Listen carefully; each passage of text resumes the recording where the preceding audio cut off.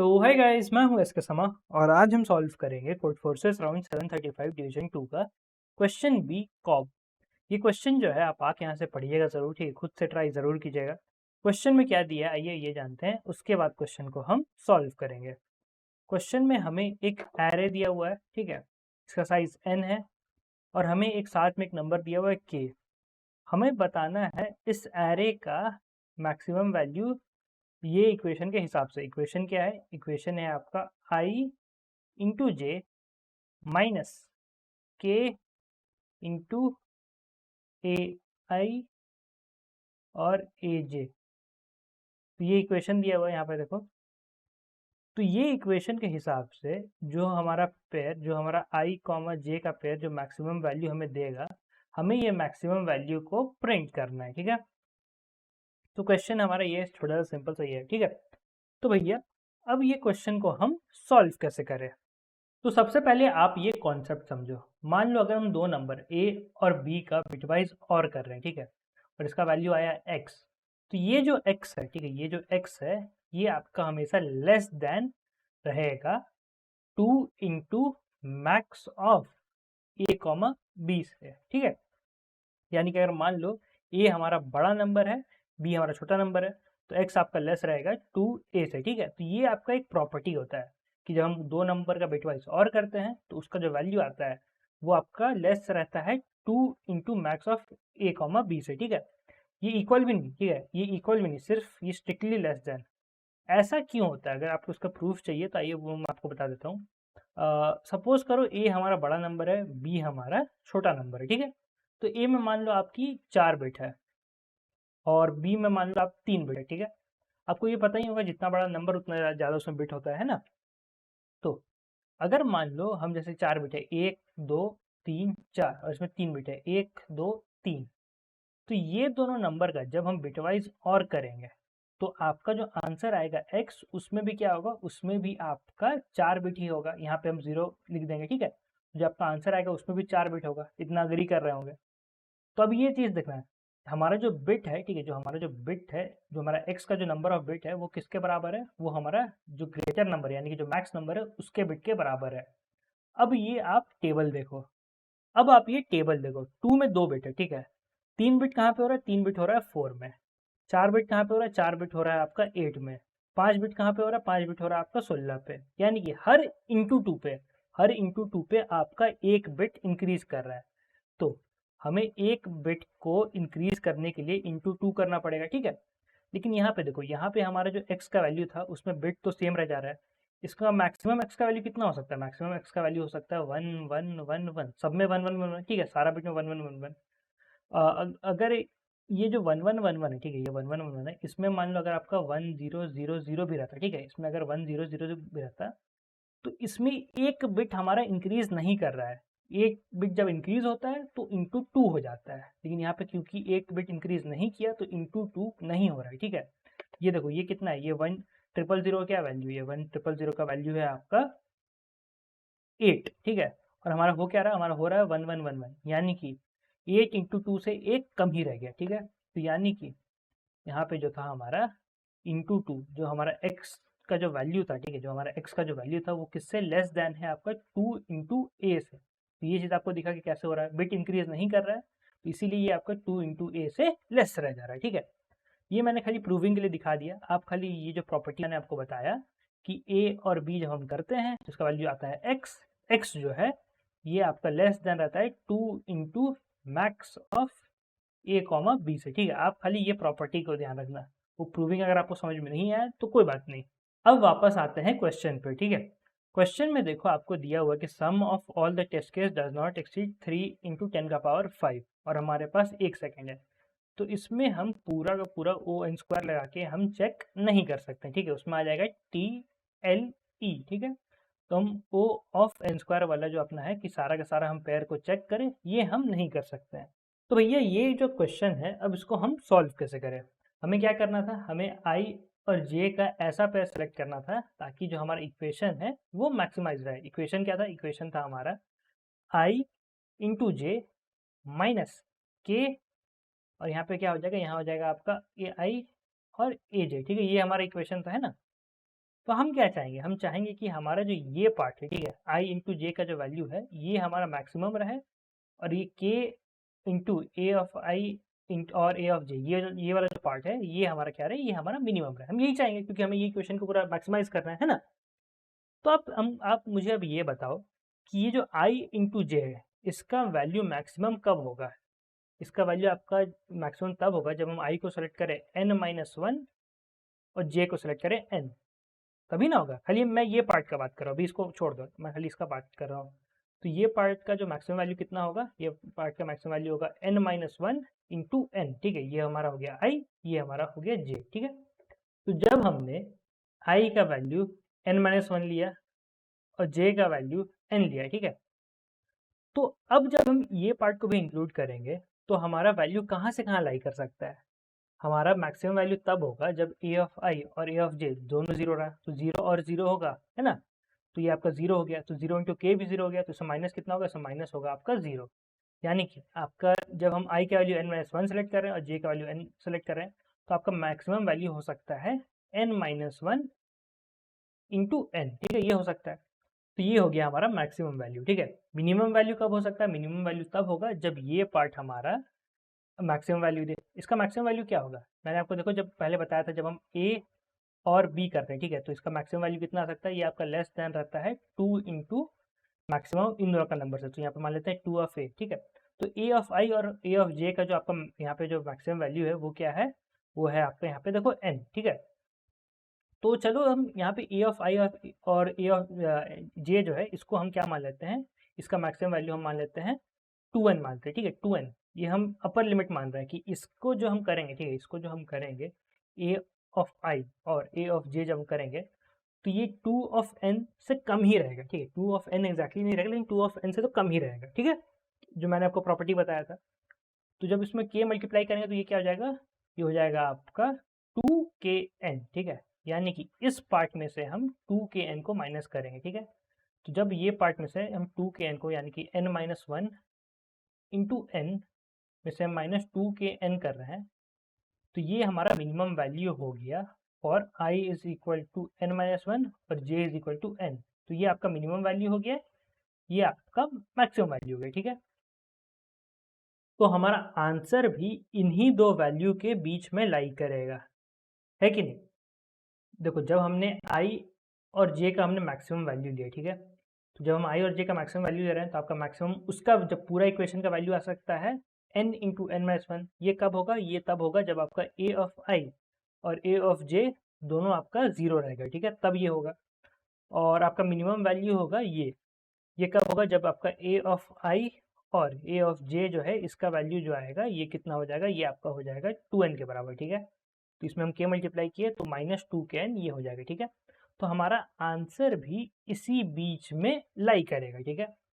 तो अब आइए ये इक्वेशन पे हम थोड़ा ध्यान देते हैं। तो देखो जो हमारा आंसर आया था ये n इंटू n-1, यानी कि i जो है ये हमारा क्या है, ये है हमारा n-1, j जो है ये हमारा क्या है, ये है हमारा n, ठीक है। तो ये पार्ट जो है ये हमारा तो एकदम बेस्ट से बेस्ट कंडीशन में जो आंसर आएगा वो मैक्सिमम ये आंसर आएगा। ये कब होगा, जब हमारा एरे में n-1 और n दोनों पे 0 0 रहा है, ठीक है। तो जो आपका माइनस वाला पार्ट है वो पूरा 0 हो गया, तो आपका मैक्सिमम इसमें आंसर कितना आ सकता है, मैक्सिमम आंसर आ सकता है इतना n इंटू n-1, और यहाँ पे आपका जो दोनों n और n-1 पोजिशन है दोनों पे 0 रहेगा, ठीक है। तो ये आपका मैक्स टू मैक्स आंसर आ सकता है। और इससे हम कितना माइनस कर सकते हैं, इससे हम -2kn कर सकते हैं। क्यों, क्योंकि जो हमारा पार्ट था -k इंटू ए ऑफ आई और ए ऑफ जे, ठीक है, तो ये तो इस पार्ट का आपका मैक्सिमम वैल्यू आएगा, इस 2n है ना, इसमें हम k मल्टीप्लाई कर रहे हैं तो ये क्या हो जाएगा 2kn हो गया। तो हम अपना जो मैक्स टू मैक्स वैल्यू है उससे हम कितना मैक्स टू मैक्स माइनस कर सकते हैं, max to max -2kn minus कर सकते हैं, ठीक है, इतना अगर ही कर रहे हैं।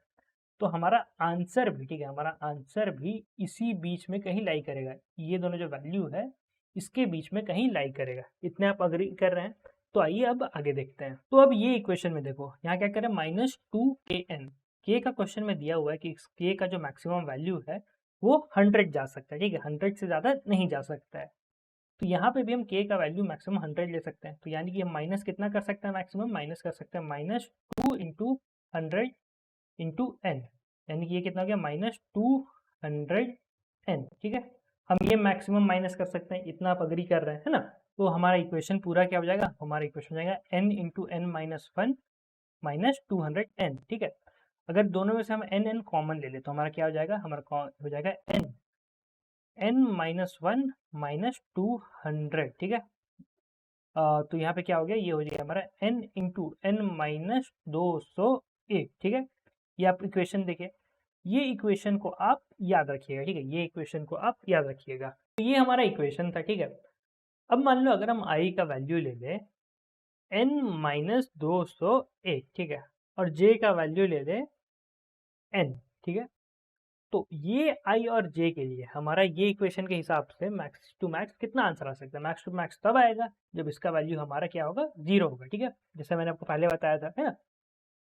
यानी कि मैक्स टू मैक्स कितना आंसर आ सकता है, मैक्स टू मैक्स आ सकता है आपका n इंटू एन माइनस 201, ये आपका मैक्स टू मैक्स इसका वैल्यू आ सकता है ना, क्योंकि ये पार्ट हो गया 0, तो ये हो गया। तो ये इक्वेशन देखो, ठीक है, ये इक्वेशन जो है आपका इसके बराबर है, ये हमने पहले निकाला था। ये कहाँ से आया था, आइए मैं आपको फिर से एक बार बता देता हूँ। तो देखो ये इक्वेशन के हिसाब से जब हम i का वैल्यू n माइनस वन लिए, j का वैल्यू n लिए, तो हमारा बेस्ट वैल्यू इतना आया n into N minus one, ठीक है। और वर्स्ट वैल्यू हमारा इतना आया जिसको हम बाद में डिराइव करके n इंटू एन माइनस 201 कर दिए, ठीक है। ये इतना अग्री कर रहे होंगे, है ना। जब हम यही इक्वेशन में जब हम i का वैल्यू n माइनस 201 लिए और j का वैल्यू n लिए, तो हमारा बेस्ट वैल्यू इतना आया n इंटू एन माइनस 201। तो देखिए ये जो n इंटू एन माइनस 201 है, ये दोनों बराबर है, ठीक है, ये दोनों जो है ये बराबर है। तो इसका जो बेस्ट वैल्यू है, ठीक है, इसका जो बेस्ट वैल्यू है वो इसका वर्स्ट वैल्यू है, ठीक है। अगर हम i यहाँ से देखो, यहाँ से अगर हम i और j का वैल्यू और कम करेंगे तो हमारा बेस्ट वैल्यू और घटते चल जाएगा। बेस्ट वैल्यू हमारा किस पे डिपेंड कर रहा है, बेस्ट वैल्यू हमारा यहाँ पे देखो इक्वेशन में i इंटू जे पे ही ना डिपेंड कर रहा है बेस्ट वैल्यू। तो अगर i और j को अगर और हम घटाए तो हमारा बेस्ट वैल्यू और घटेगा, ठीक है। तो क्या आप बताओ, जब ये जो बेस्ट वैल्यू है, ठीक है, जो बेस्ट वैल्यू है ये इसका वर्स्ट वैल्यू ही दे दे रहा है, तो क्या इसको चेक करके फायदा है, नहीं है। और i और j को और घटा के फायदा नहीं है, क्यों, क्योंकि ये जब घटेगा तो ये इसका वर्स्ट वैल्यू से भी घट जाएगा, ठीक है। तो आपका जो आंसर देगा i और j का पेयर, वो इन दोनों के बीच में ही कहीं ना कहीं लाई करेगा, है ना। ये आपका ग्रेटर रहेगा i is equal to N minus 201 से, और लेस देन या इक्वल टू रहेगा i is equal to N minus one के लिए, ठीक है। तो हम क्या कर सकते हैं, हम चेक कर सकते हैं i is equal to N minus 200 से, ठीक है, एन माइनस 201 में तो देखो 201 का तो आंसर यही दे दे रहा है, तो 201 को भी लेकर फायदा नहीं, हम 200 से ही चेक करेंगे। तो एन माइनस 200 से आई का वैल्यू कहाँ तक जाएगा, ये जाएगा आपका एन माइनस वन तक लिए, ठीक है। और जे का वैल्यू रहेगा, जे का वैल्यू रहेगा आपका आई प्लस वन से एन तक, ठीक है। तो हम इसी चीज़ के लिए चेक कर सकते हैं। तो यहाँ पे देखो हमें यहाँ पे जो आई दिया हुआ था, ठीक है, यानी कि जो एन दिया हुआ है 10 का पावर 5, इस पर हमें पूरा आइटरेट नहीं करना पड़ा, ये सिर्फ 200 वैल्यू पे ही हमें आइटरेट करना पड़ा। और जे का भी वही है, ठीक है, आई प्लस वन से एन तक। तो हमें बस इसी पे आइटरेट करना होगा, और ये आइटरेट करके हम अपना आंसर जो है वो निकाल सकते हैं। तो देखो ये रहा कोड, कोड का लिंक डिस्क्रिप्शन में रहेगा। एन और के को इनपुट ले लो, फिर यहाँ पे जो हमारा पूरा एरे था ए वाला, इसको हमने इनपुट ले लिया। आंसर को हमने लॉन्ग मिन करके स्टोर करके रख दिया है, बाद में इसको हम अपडेट कर देंगे, ठीक है। देखो हम स्टार्ट कहाँ से कर रहे हैं, हम स्टार्ट कर रहे हैं या तो 0 से, नहीं तो मैक्सिमम ऑफ, ठीक है, मैक्सिमम ऑफ 0, नहीं तो एन माइनस 201। आप यहाँ पे एन माइनस 200 भी कर सकते, कोई दिक्कत नहीं आएगा, मैं एक एक्स्ट्रा ले लिया हूँ, ठीक है, कोई दिक्कत नहीं है। तो देखो अगर मान लो एन का वैल्यू 200 है ही नहीं, तो माइनस 201 से करके कोई फायदा है नहीं, ठीक है। तो ये तभी होगा जब आपका एन का वैल्यू जो है वो 201 से ज़्यादा रहेगा। तो हम 0 से स्टार्ट कर रहे हैं, ठीक है, या फिर एन माइनस 201 से स्टार्ट कर रहे हैं। तो यहाँ देखो L L I is equal to start, कहाँ से स्टार्ट करना है वो इसमें स्टोर्ड है। हम चल रहे हैं एन तक, ठीक है, आई प्लस प्लस, फिर यहाँ पे जे क्या हो गया, जे हो गया आपका आई प्लस वन से एन तक, और आंसर हो गया आपका मैक्सिमम आंसर कॉमा जो आपका फॉर्मूला दिया था उस हिसाब से हमने आई और जे को बैठाया और कैलकुलेट करें, ठीक है। तो जहाँ भी हमें मैक्सिमम आंसर मिलेगा वो हमारा आंसर में अपडेट हो जाएगा, और यहाँ पे हम आंसर को प्रिंट कर देंगे। यहाँ पे देखो हम स्टार्ट कर रहे हैं या तो 0 से, नहीं तो एन माइनस 201 से, ठीक है। तो ये आपका एन तक चल रहा है, तो मैक्स टू मैक्स ये आपका 201 बार चलेगा, ठीक है, उससे ज़्यादा नहीं चलेगा। तो इसीलिए आपका टीएलई नहीं आएगा। अगर आप GFG से कोई कोर्स लेना चाहते हैं तो आप SK Sama GFG coupon use कर सकते हैं, आपका एक्स्ट्रा 10% और ऑफ हो जाएगा। यहाँ पे अगर आपको जैसे टेस्ट सीरीज़ लेना है या फिर इंटरव्यू के लिए प्रिपेयर कर रहे हैं या DSA सीखना, आप सब चेकआउट कर सकते हैं। ये DSA का कोर्स है, इसमें देखिए आपको A to Z सारा टॉपिक मिलेगा, साथ ही साथ इंटर्नशिप का भी मौका है, ठीक है। यहाँ पे देखिए A to Z, चाहे रिकर्शन हो, बिटमैजिक हो, एरे हो, ठीक है, डायनेमिक प्रोग्रामिंग हो, बैकट्रैकिंग हो, सब कुछ है, आप चेक कर सकते हैं। इसका प्राइस है 2799। आप SK Sama GFG यूज़ कीजिएगा तो आपका एक्स्ट्रा 10% और ऑफ हो जाएगा। और भी बहुत सारे ये लाइव कोर्सेस है, इसमें आपको लाइव पढ़ा जाता है। यहाँ पे देखिए एक CP का भी कोर्स आप चेक कर सकते हैं अगर आप चाहें तो देख लीजिएगा। अगर कोई ले तो SK Sama GFG यूज़ करना ना भूलिएगा। तो आज की वीडियो में तो इतना ही, मिलते हैं नेक्स्ट वीडियो में। तो ध्यान रखिए, सेफ रहें, बाय बाय। और सब्सक्राइब नहीं किए तो सब्सक्राइब ज़रूर कर दीजिएगा। Hi, I am Sandeep Jain, and in this video, I'll be explaining what is Geeks Classes Live. Geeks Classes Live is an in-depth live course to strengthen your DSA skills and to help you in getting a job at a top product-based company. This course is curated and mentored by industry experts, people who have themselves cracked such interviews. In this course, we are going to teach you analysis of algorithms, arrays, searching, sorting, hashing, and all other topics which are required for your DSA interview preparation. You will be having live classes, assessment tests, practice questions, and my detailed pre-recorded videos. Duration of this course is 8 weeks. As it is a live class, please do not hesitate to ask your doubts. We will be happy to help you along the way. Also, you may attend these classes from any geographical location. So looking forward to see you people from a number of cities.